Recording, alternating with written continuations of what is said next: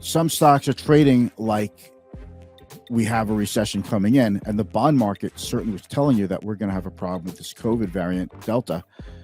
But all of a sudden, the last week or so, interest rates are starting to go back up. We're going into another recession, another shutdown, to we're going to skate right past this. We're just going back and forth and back and forth.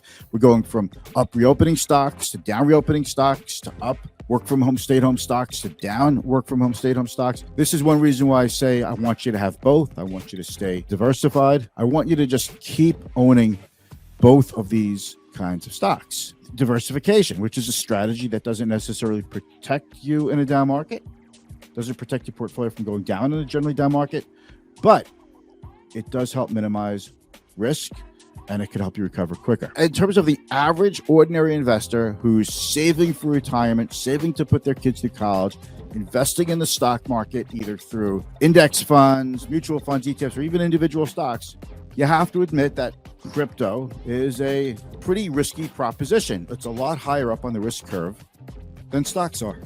Now, you could be compensated for that risk by having a much greater reward in crypto. I'm not knocking that thought process. I'm just saying that when there's so much money in the system that it's lifting all boats.